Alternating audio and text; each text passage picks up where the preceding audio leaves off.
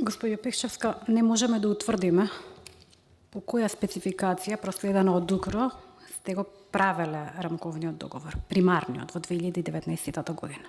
Не можеме да утврдиме, вие не можете да одговорите на ова прашање. Ги видовте документите, значи имало проследена документација која што е различна, секој пат, неколку пати не знаеме по кој документ вие сте тргнале да правите рамковен договор во рамки на Министерството. Иако гледајќи ја насоката дадена на 19.6.2018 година, подпишана од Владимир Милошев, државен советник, и Венко Филипче, тука имаме листа која што е специфицирана кои медикаменти и со колкава јачина. Во писмениот допис стои дека напоменуваме дека бараните податоци се задолжителни, количините кои што ги бара. Секоја јавна установа треба точно да ги опфати сите лекови од причина што нема да смее да извршува набавки на наведените лекови. Значи, вие сте требале да направите 2-годишна набавка согласно договорите на сите медикаменти кои што ви ги проследиле дадените универзитетски клиники или општи болници. Вие не сте го направиле тоа бидејќи не можеме да утврдиме во кој список. Дали тој список воопшто беше од УКРО или беше од некое друго место. Знаете зошто?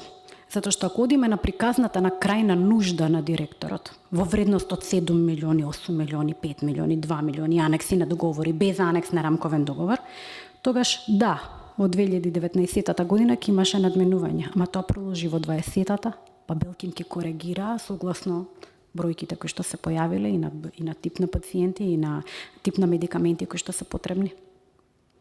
Немате основа за рамковен договор ако немате листа проследена од УКРО. Затоа се враќаме цело време на прашањето како одлучивте кои лекови, која јачина и во колкава количина.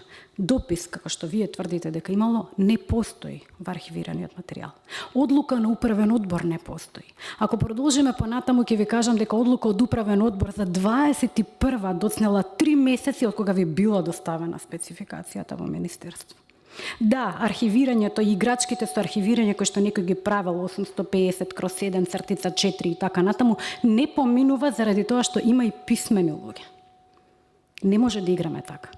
Повторно ќе ве прашам, од каде ги добивте податоците? За кои медикаменти, која јачина и во колкава количина распишувате барање за рамковен договор?